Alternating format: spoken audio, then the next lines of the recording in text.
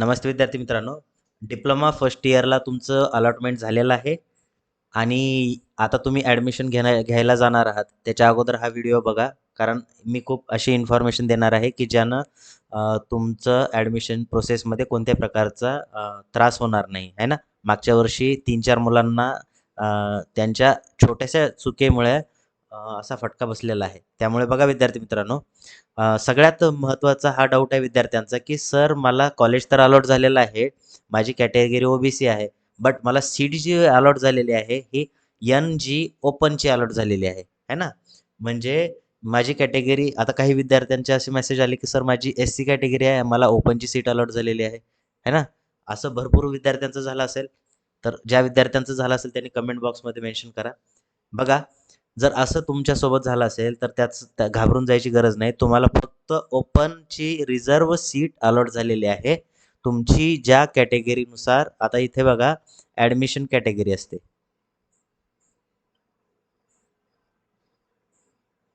हे admission category इथे तुमची जी कॅटेगरी आहे ती पाहिजे.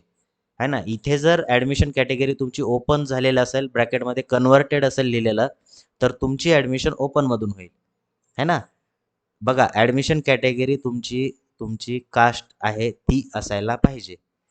या ठिकाणी तुम्हाला सीट कोणती अलॉट झालेली आहे, ओपनची अलॉट झालेली असेल तरी काही प्रॉब्लेम नाही. तुम्हाला तुमच्या कॅटेगरीनुसारच फीस भरावी लागेल. हा मुद्दा क्लिअर झाला. ओके. हां. तर हे झालं याच्याबद्दल.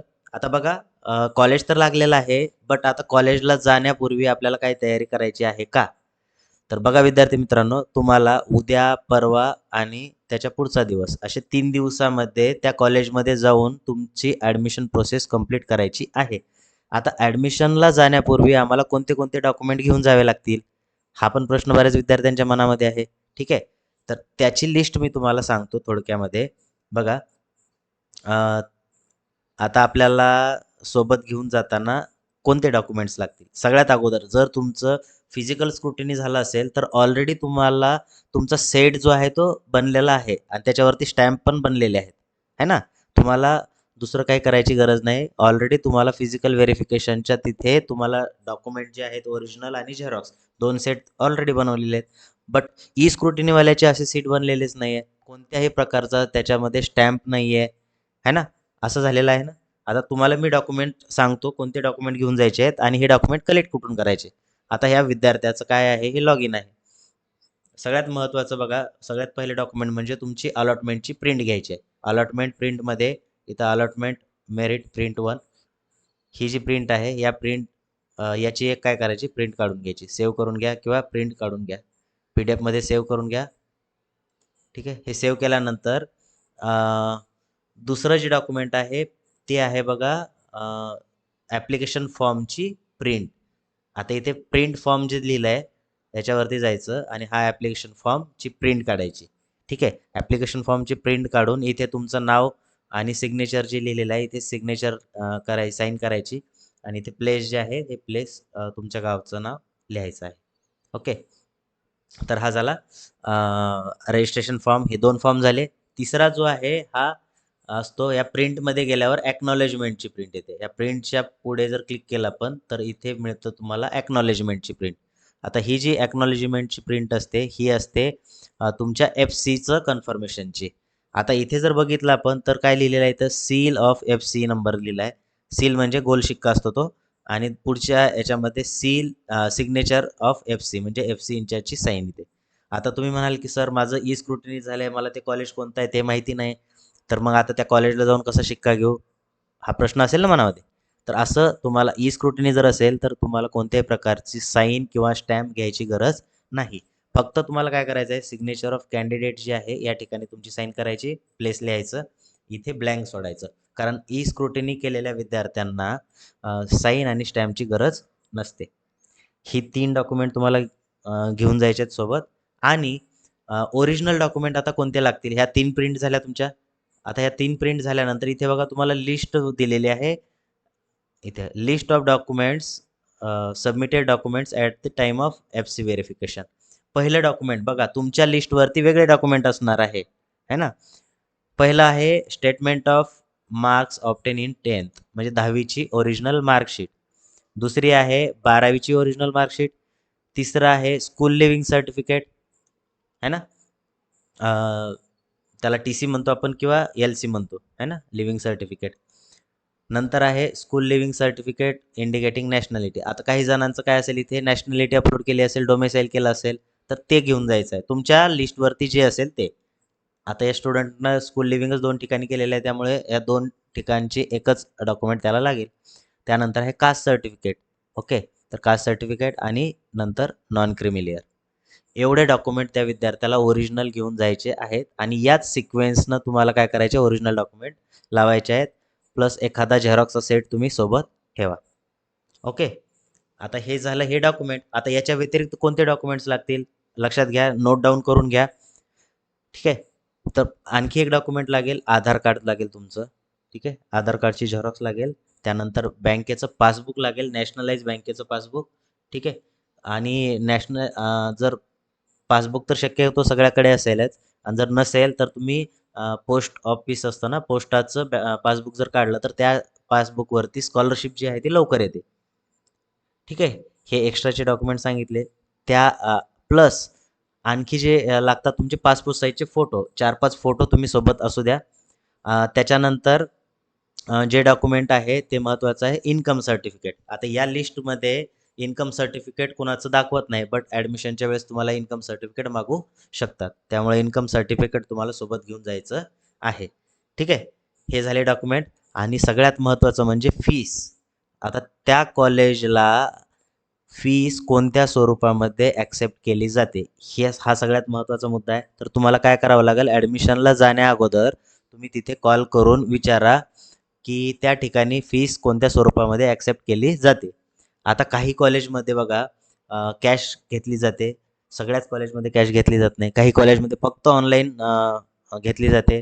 आणि जे गव्हर्मेंट कॉलेज आहेत, गव्हर्मेंट कॉलेजमध्ये फक्त डी डीचा यूज केला जातो काही कॉलेजमध्ये. किंवा अगोदर काय करायचं आहे, अगोदर डी-डीचा यूज करत होते, आता यावर्षी नेमकं कशी फी ॲक्सेप्ट करणार आहेत हे तुम्ही अगोदरच इन्क्वायरी करून घ्या. आता मी असं सांगत नाही की हे कॉलेज डी-डी घेतं किंवा कॅश घेतं किंवा ऑनलाईन घेतं. हे तुम्हाला अगोदर तिथे जाऊन इन्क्वायरी करा किंवा कॉलवरती इन्क्वायरी करा आणि त्या स्वरूपामध्ये तुमची अरेंजमेंट करायची आहे. ठीक आहे, त्याचबरोबर अगोदरच कॉलेजची फीस किती आहे हे विचारून घ्यायची आहे ना. आता स्पेशली जर सांगायचं झालं तर मुली ज्या आहेत, तर मुलींना जवळपास प्रत्येक कॉलेजमध्ये त्यांची ट्युशन फी जी आहे ती माफ झालेली आहे, बरोबर. आता ट्युशन फी माफ झालेली आहे म्हणजे जर फॉर एक्झाम्पल सांगायचं झालं तर एखाद्या कॉलेजची जर फीस सपोज 1,00,000 रुपये असेल, तर मॅक्झिमम बघा 85,000 ते 90,000 रुपये त्याची ट्युशन फीज असते. आणि उरलेली जी डेव्हलपमेंट फी आहे, ही डेव्हलपमेंट फी फक्त मुलींना भरावी लागते, है ना. त्यामुळे मुलींची जी आहे ती ट्युशन फी ऑलरेडी माफ झालेली आहे. तसेच TFWSमधून जे विद्यार्थी ॲडमिशन घेणार आहेत त्यांची पण ट्युशन फी माफ झालेली आहे. त्यांना पण फक्त डेव्हलपमेंट फी भरावी लागते. जे एस-सी कॅटेगरीचे मुलं आहेत त्यांना डेव्हलपमेंट फी पण भरावी लागत नाही आणि ट्युशन फी पण भरावी लागेल. अशा विद्यार्थ्यांची ॲडमिशन जी आहे ती फ्रीमध्ये होते, एस-सी आणि एस-टी. एस-बी-सीचे कॅटेगरीचे जे मुलं आहेत त्यांना पण फक्त डेव्हलपमेंट फी भरावी लागते, है ना. ओ-बी-सी कॅटेगरी आणि ओपन कॅटेगरीचे विद्यार्थी आहेत. आता ओपन कॅटेगरीच्या मुलांना एक आयडिया सांगतो मी. बघा, ओ-बी-सीच्या मुलांना 50% आहे, एस-सी-बी-सी कॅटेगरीचे आहे त्यांना पण 50% फी आहे. आता ओपनच्या मुलाला जर 50% फी करायची असेल तर त्याच्यासाठी एक आयडिया आहे. तर तुम्ही काय करायचं आहे, तुमचं उत्पन्न जे आहे म्हणजेच मुलाच्या आई वडिलाचं किंवा वडिलांचं, है ना, जे तुमच्या तहसीलमधनं मिळतं ते उत्पन्न 8,00,000पेक्षा कमी असायला पाहिजे. ठीक आहे, जर 8,00,000पेक्षा कमी असेल तर अशा ओपन कॅटेगरीच्या सर्व मुलांना ई-बी-सीची सवलत मिळत असते, इकॉनॉमिकल बॅकवर्ड क्लास, ई-बी-सी. त्याची अट एवढी आहे की फक्त 8,00,000च्या आत उत्पन्न पाहिजे. मुलींना पण हे फ्री एज्युकेशन जे म्हणतोय आपण, ट्युशन फी जी माफ होत आहे, ही कोणत्या मुलींची होत आहे, ज्या मुलींची ॲडमिशन कॅपमधून झालेली आहे आणि ज्या मुलींचं ज्या पालकाचं उत्पन्न जे आहे हे 8,00,000पेक्षा कमी आहे, अशाच मुलींची फी जी आहे ती माफ होत आहे. ठीक आहे. आता बघा, बरेच विद्यार्थी मला विचारत होते की सर हॉस्टेल संबंधी काय, कशी आता इन्क्वायरी करायची. तर बघा ज्यावेळेस तुम्ही ॲडमिशनला जाल त्या ठिकाणीच ॲडमिशन करताना तुम्ही हॉस्टेलची इन्क्वायरी करायची आहे. बऱ्याचशा कॉलेजमध्ये काय केलं जातं, की हॉस्टेलचे फॉर्म जे आहेत ते ॲडमिशनच्या वेळेसच डिस्ट्रिब्यूट केले जातात. तेव्हाच तुम्हाला हॉस्टेलचा फॉर्म भरावा लागतो.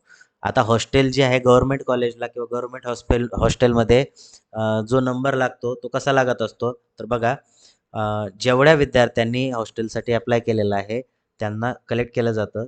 त्याच्यामधनं कॅटेगरी वाईज हॉस्टेलच्या व्हॅकन्सी ज्या आहेत त्या डिस्ट्रिब्यूट केल्या जातात आणि त्याच्या सपोज ओबीसी कॅटेगरीसाठी 5 व्हॅकन्सी आहेत.